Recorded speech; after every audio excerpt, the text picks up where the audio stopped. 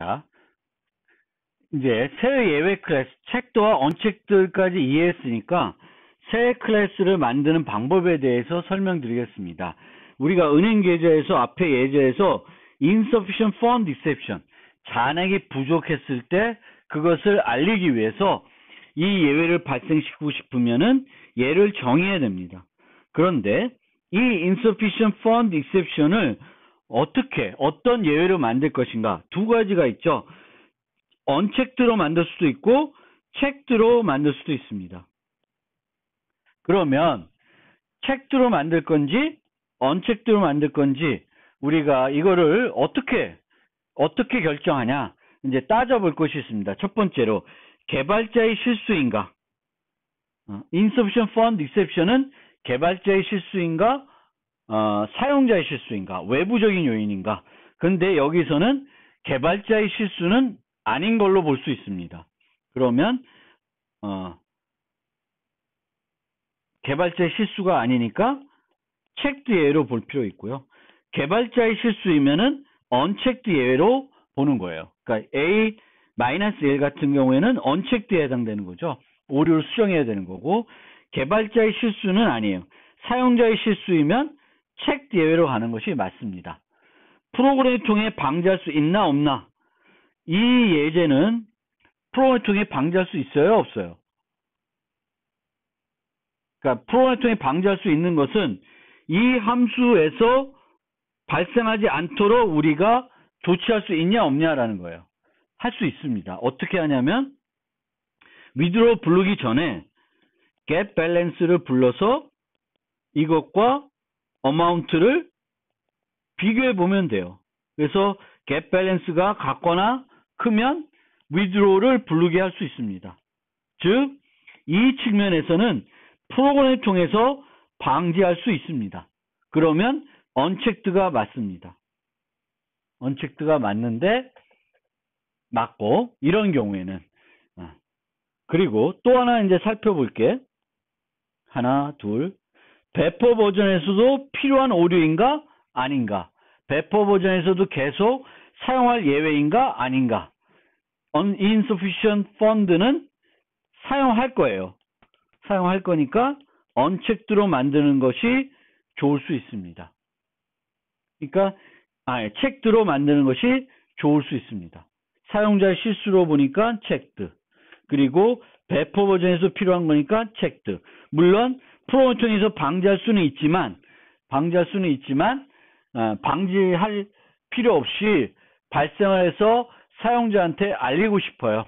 그러면 이 insufficient fund exception을 계속 사용할 수 있습니다. 그러면 insufficient fund exception을 우리가 체크드 예외로 만들기로 했으면 exceptional 클래스 상속받아서 만들면 되겠고, unchecked 예외로 만들고자 하면은 runtime exception을 상속받아서 만들면 됩니다. 여기서는 unchecked 예외로 만들었습니다. 근데 이제 우리는 checked 예외로 만들어 볼 것입니다. 그리고 이 예제에서는 insufficient fund exception은 체크드 예외에 좀 더 가까운 예외인 것 같습니다. 무슨 이유에서? 사용자 실수에 해당되는 것이고 배포 버전에서도 필요하기 때문에 체크드 예외로 가서 그것을 적절히 처리해 주는 것이 우리가 원하는 프로그램 구성이 될 것 같습니다. 그러면 실제 만들어 볼 건데, 여기서 보면 기본 생성자만 만들어 놨습니다. 기본 생성자. 그래서 보통은 우리가 예외를 만들 때 이렇게 기본 생성자를 만들어서 이 메시지가 그 콘솔 창에 출력되는 걸 보고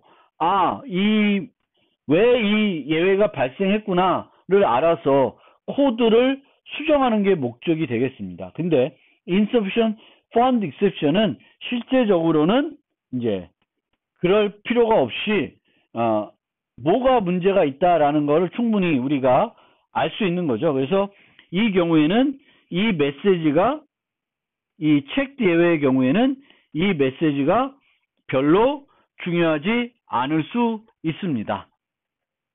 그러면 실제 코드를 가지고 아까 사용했던 코드를 가지고 요거를 만들어서 이제 설명을 해 드리겠습니다. 자, 이 코드에다가 insufficient fund exception을 추가해 보겠습니다. new class insufficient fund exception 그리고 슈퍼 클래스를 exception을 잡아서 책 예외로 만들어 보겠습니다.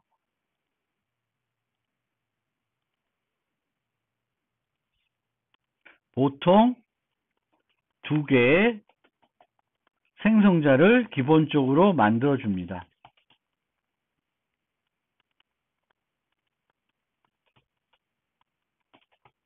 기본 생성자와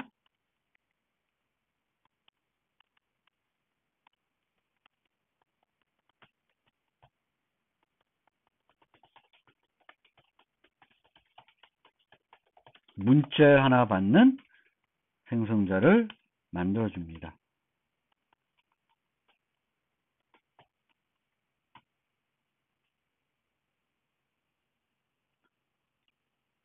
그러면 다 끝났습니다. 이거는 중요한 건 아니고요. 저 워닝은 무시해도 됩니다. 자, 그러면 이 부분을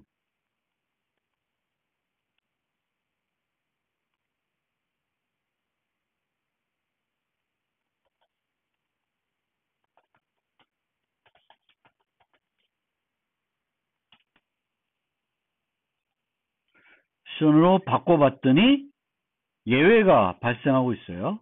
그래서 여기에 보면 unhandled exception이 되어 있습니다. 책 예외는 무조건 처리를 해줘야 돼요. 아니면 공표를 해줘야 됩니다. 그래서 try catch를 하든지 아니면 공표를 해야 됩니다. 그래서 withdraw 내에서 insufficient fund exception을 처리해 줄 건 아니기 때문에 이렇게 만들었습니다. 그럼 이렇게 만들면 뱅크 어카운트 테스트에서 여기서도 예외가 발생합니다. 그러면 여기다가 이제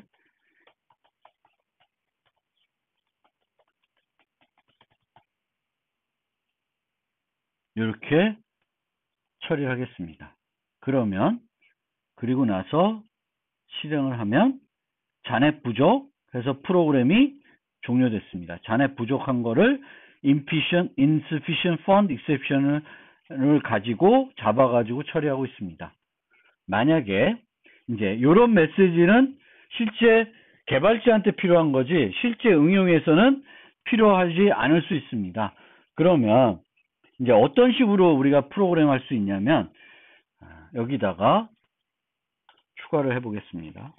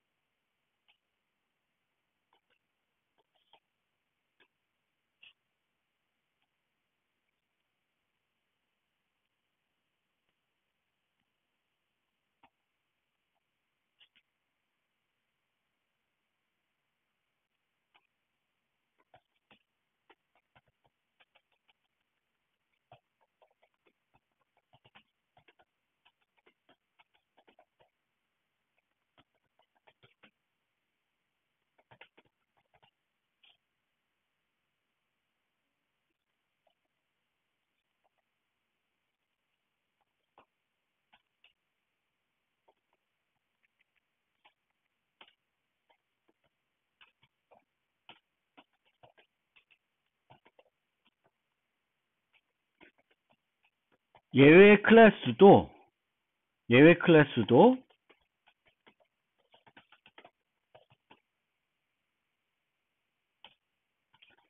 클래스이기 때문에 필요한 정보를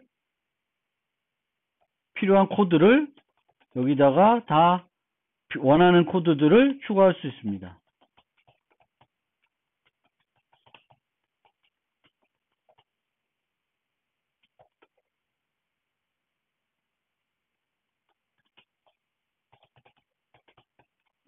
그래서 잔액 부족이 발생했을 때 그 발생된 계좌 정보, 그리고 인출하려고 했던 금액 정보를 유지하겠고요. 이 뱅크 어카운트에서 얘를 부르지 않고 this와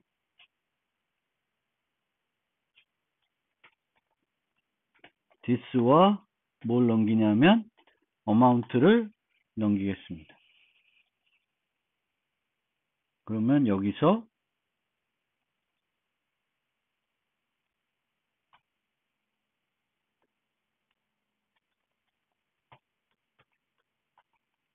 계좌 정보에는 뭐가 없네.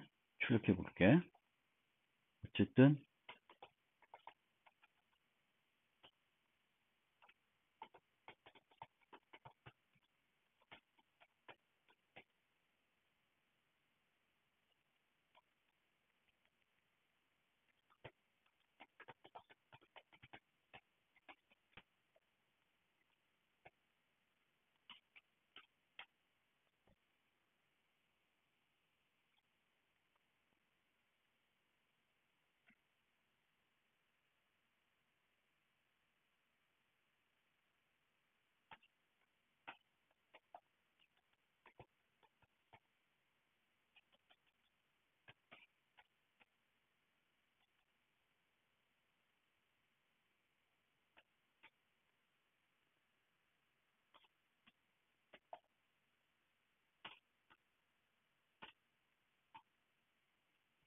이렇게 만들면 지금 계좌 정보 찍을 게 별로 없어서 요 계좌에서 부족 금액이 5,000원이다. 인출을 잔액 부족을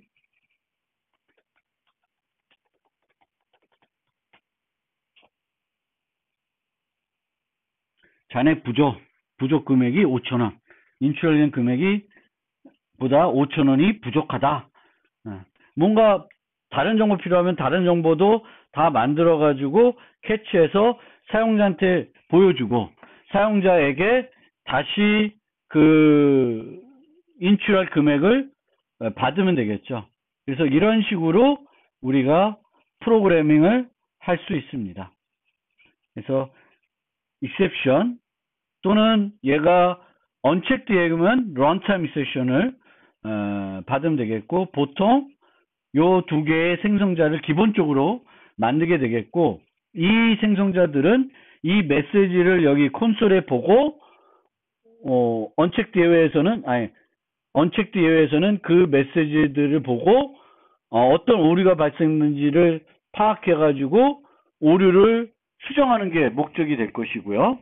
그것이 아니라 체크 예외 같은 경우에는 그 상황을 극복하거나 또는 그 상황과 관련된 정보를 받아서 사용자한테 보여주고자 하는 정보를 수집해 가지고 보여줄 수도 있겠습니다. 그래서 이런 식으로 우리가 프로그래밍 하는 것이 이제 예외 처리가 되겠습니다. 예외와 상속, 이런 문제들은 항상 우리가 상속 관계에 있을 때 부모 리모컨으로 자식 객체들 또는 나아가서 후손 객체들을 처리할 수 있어야 된다라는 것을 늘 생각을 해야 돼요. 그것을 기억하고 관련 문법을 이해할 필요가 있습니다. 그래서 메소드를 재정의할 경우 자식 클래스에서 더 많은 아니면 다른 종류의 책 예외를 발생할 수 없습니다. 즉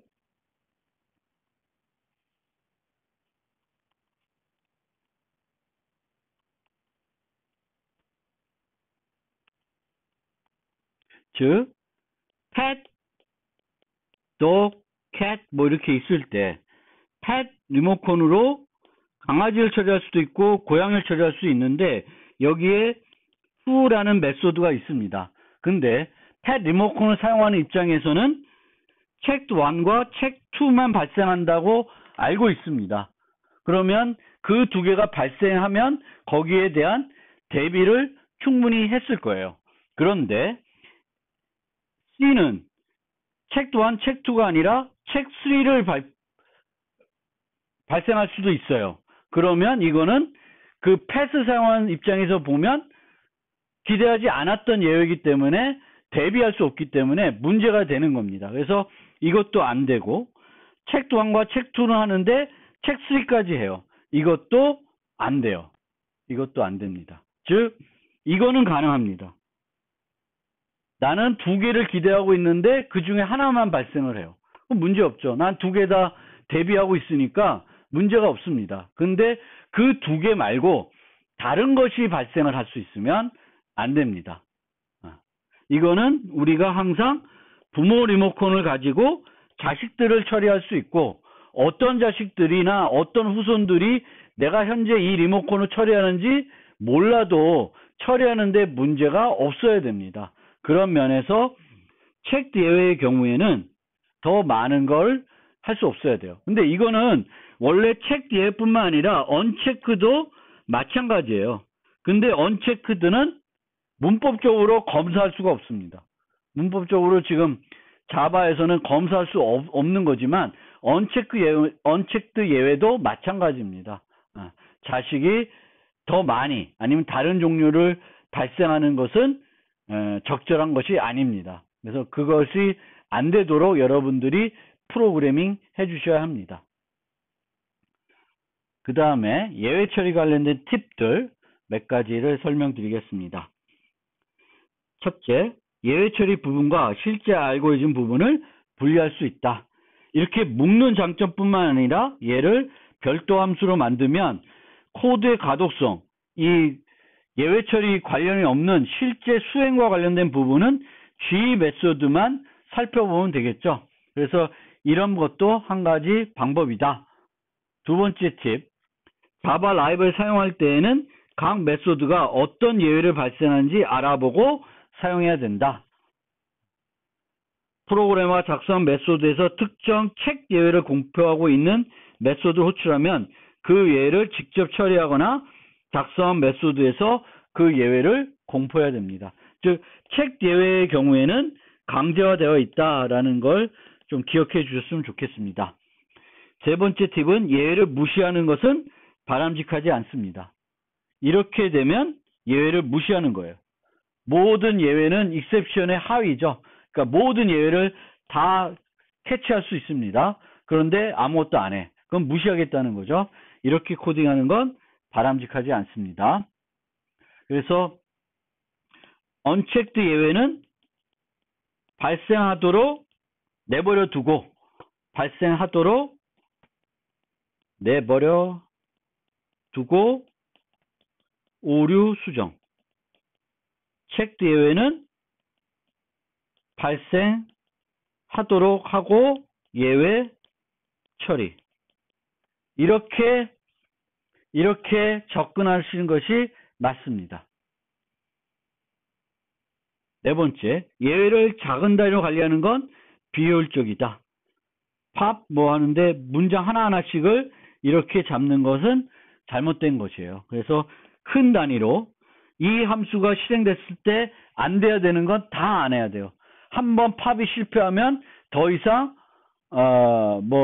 이 루프가 중단돼야 돼요. 그러면 전체를 잡아주는 게 맞는 것입니다. 다섯 번째, 예외 처리 기법을 다른 목적으로 활용하는 것은 바람직하지 않다. 그래서 이걸 보면 for i는 0부터 쭉 가요. 그럼 언제 예외가 발생하냐면 i가 예를 들면 얘가 사이즈가 5예요. 그럼 0, 1, 2, 3, 4일 때 잘 돼요. 근데 5일 때는 예외가 발생합니다. 아까 array index out of bound exception이 돼요. 그래서 요 예외가 잡으면 정상적으로 끝납니다. 그러니까 얘를 이렇게 하는 게 아니라 i는 a.length 이렇게 코딩해야 되는데 그냥 귀찮으시도 그렇고 멋 내려고 그러는지 모르겠는데 이렇게 예외를 다른 목적으로 활용하는 것은 하지 마세요. 그 뜻이 다섯 번째 팁입니다. 그리고 이제 그 예외 처리할 때 이제 C부터 있었던 assert라는 걸 사용할 수 있습니다. 그래서 assert는 요게 참이 아니면, 여기에 있는 조건식이 참이 아니면은 예외를 발생해 줍니다. 그래서 assert 이렇게 되면 amount가 0보다 크지 않으면 예외가 발생합니다. 그래서 이 assert는 요걸 줘야 이게 활성화 되는데, 활성화하지 않으면 무시됩니다.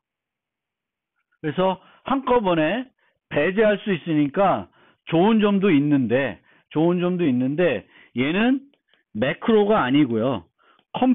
자바는 코드에 이 assert가 남아있기 때문에 이거는 별로, 제가 볼 때는 자바에서는 assert를 사용하는 건 별로예요. 지금 생각해 보면 별로예요. 차라리 그냥 예외 처리하고 나중에 배포할 때는 요거는 삭제라는 게 더 맞습니다. 이제 프로그램을 다 만들어 놨으면 프로그램을 여러 가지 테스트 해 봤어요. 그러면 절대 amount가 0이나 음수로 호출이 안 돼. 그럼 얘는 버리면 돼요. 버리고 요것만 가지고 코드를 구성하면 그게 더 올바른 프로그래밍 방법이 되겠습니다. 그리고 프로그램 오류 줄이기 위한 팁. 널을 반환하는 메소드를 만들지 말고 널 값을 메소드로 전달하지 마라. 그러니까 항상 자바는 값 타입, 원시 타입으로 구성이 되어 있습니다. 값 타입, 원시 타입. 그리고 죄송합니다. 값 타입과 참조 타입으로 나누어지게 되겠고요. 값 타입과 참조 타입으로 나눠지게 되겠고, 원시 타입은 다 값 타입으로만 처리되죠. 근데 참조 타입은 항상 널 값을 가질 수 있습니다. 근데 이제 그 값이 널 가지면은 뭔가 문제가 있는 거예요. 그래서 이 널 값을 가지지 않도록 프로그램 하는 것이 매우 중요합니다.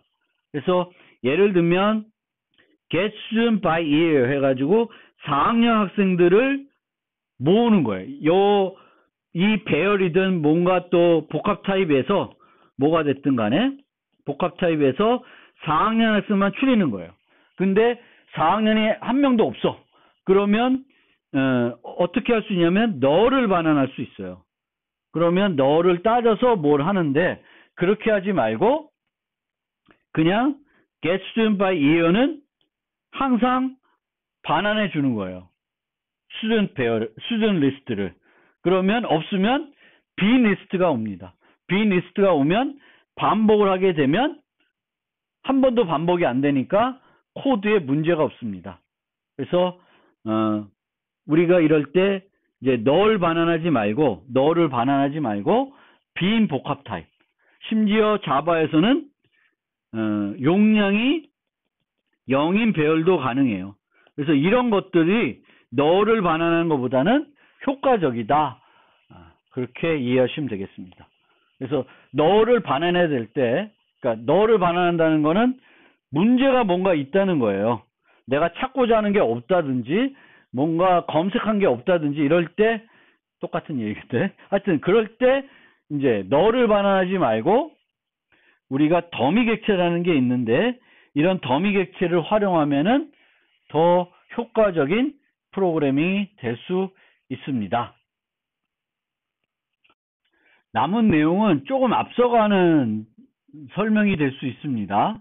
그래도 이제 자바에서 예외 처리할 때 이제 많이 사용하는 클래스가 objects라는 게 있고, 그 다음에 optional이라는 게 있습니다. 그래서 이 둘의 사용법을 자바를 다 배우고 나면 꼭 익히셔서 적극 코딩할 때 활용해 주시면 좋을 것 같습니다. 그래서 objects는 이 널 검사와 관련된 여러 가지 기능들을 포함하고 있어요. 그래서 보통 우리가 이렇게 어떤 참조 타입을 받아서 설정을 해주는 경우가 있는데, 널을 설정해주면 안 되는 경우가 있습니다. 이럴 때 이렇게 널인지 검사해서 널이면 널 포인트 익셉션을 발생할 수 있는데, 이렇게 하는 것보다 이렇게 하는 것이 더 간결하고 요즘 많이 사용하는 방법입니다. 그래서 this equal A는 object requires non null A. 그러면 A가 null이면 null point exception을 발생하고 A가 null이 아니면 대입을 해줍니다. 그런데 얘는 require non null 말고 non null S나 non null S get 등이 있습니다. 이것들은 훨씬 더 프로그램을 효과적으로 만들 수 있는 방법들입니다. 그리고 얘보다는 얘가 더 효율적인 방법일 수 있습니다. 이거는 지금 설명하기보다는 나중에 14장 가서 추가적으로 설명드리겠습니다. 그래서 non null S만 조금 설명드리면 name이 null일 때는 무명이라는 값을 대신 대입해 주는 것이 되겠습니다. 그래서 아까 요 코드에서도 이렇게 하지 않고 여기다도 objects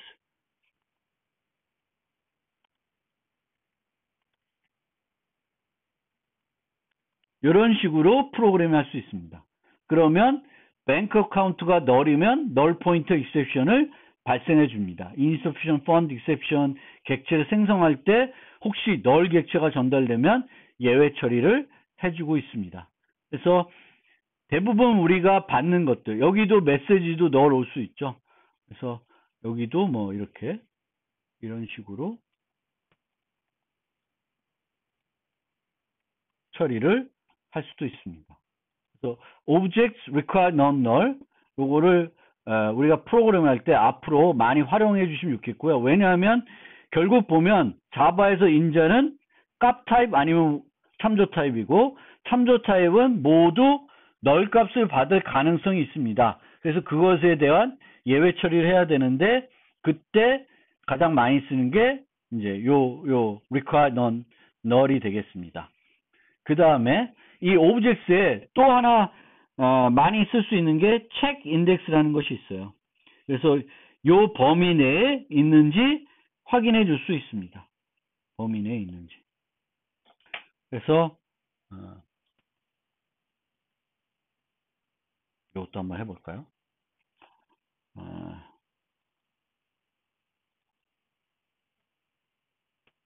지금은 이렇게 했는데 이 범위가 아니구나.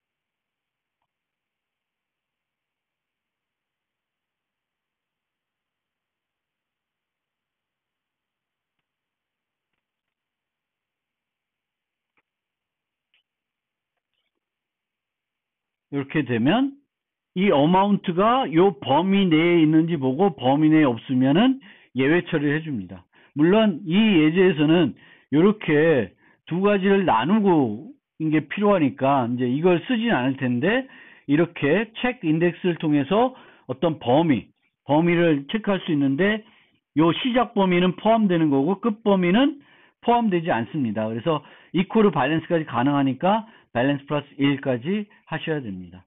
그래서 체크 인덱스가 되겠고요. 그 다음에 옵셔널은 아까 이 오브젝트는 주로 그 인자 타입이 참조 타입일 때 null이 들어올 때 그 문제를 해결하기 위해서 이제 많이 쓸 수 있고 옵셔널은 거꾸로 함수에서 null을 반환할 때 null을 반환해야 될 때 null 반환하지 않고 옵셔널을 반환할 수 있습니다. 그래서 이게 또 좀 복잡한 문법인데 그냥 간단하게 한번 설명드려 보면 이제 요 복합 타입에서 홍길동 이름의 학생을 찾는 거예요. 근데 홍길동 이름의 학생이 없을 수 있죠. 그 경우에 옛날에 많이 한 거는 null을 반환해 주는 거예요. 그러면 student doesn't equal null이면 그 학생이 있는 거가 되겠죠. 그런데 이제 요 경우는 이제 옵셔널이라는 걸 이제 배우고 나면 어떻게 되냐면 이 옵셔널은 이제 템플릿이에요. 범용 타입입니다. 아직 범용 타입도 설명 안 드렸는데, 어쨌든 이제 이 옵셔널에 유지할 수 있는 값은 null 아니면 student이에요. 그런 의미에서 여기에 이렇게 student라고 쓰는 거고요. 그러면 이제 홍길동이 있는지 보면 얘가 반환할 때 옵셔널로 반환해 줍니다. 그래서 어떻게 반환하냐면 그 코드를 보면 옵셔널 of를 쓰거나 empty를 써요. 그러니까 null을 반환하는 게 아니라 옵셔널 객체를 반환해 줍니다. 근데 그 객체는 이제 null을 갖고 있는 거죠. 그래서 얘가 null인지 학생을 갖고 있는지는 isPresent라고 하는 메소드를 이용해서 검사를 할 수 있습니다. 그런데 요 코드와 요 코드를 놓고 보면 차이를 못 느껴요. 뭔 차이야? 별로 좋아진 거 없는 것 같아. 그런데 두 가지 차이점이 있습니다. 하나는 얘가 옵셔널을 반환한다고 하는 것은 우리가 뭘 느끼냐면 얘는 값을 주지 않을 수도 있구나 라는 걸 느낄 수 있어요. 그러니까 함수의 반환 타입이 옵셔널이다 라고 하면은 이 함수는 값을 안 줄 수도 있다라는 그것이 명확해집니다. 그냥 student를 쓰면 잘 못 느낄 수 있어요. 얘가 학생을 안 줄 수도 있다라는 걸 못 느낄 수 있는데 옵셔널 쓰면 옵셔널이다. 학생을 줄 수도 있고 안 줄 수도 있다. 그래서 가독성이 좋아진다는 측면이 하나 있고요. 그 다음에 뭐냐면은 나중에 함수형 프로그램과 결합하면은 되게 막강하게 프로그래밍을 할 수 있습니다. 여기에는 ePresent 말고 ePresent S, ePresent Get 등 되게 유용한 함수형 프로그램과 결합할 수 있는 메소드들을 가지고 있습니다. 그것까지 이용하면은 프로그램을 더 간결하게 효과적으로 프로그래밍을 할 수 있습니다. 그래서 옵셔널하고 오브젝트는 지금 당장은 좀 어려운 개념일 수 있는데 꼭 자바를 배운다 그러면은 익히고 프로그램 할 때 적극 활용해 주시면 좋겠습니다. 그리고 C++ 17에서는 이 옵셔널과 비슷한 게 라이브러리 도입됐으니까 그 점도 이제 C++에 관심 많으신 분은 기억해 주시길 바라겠습니다.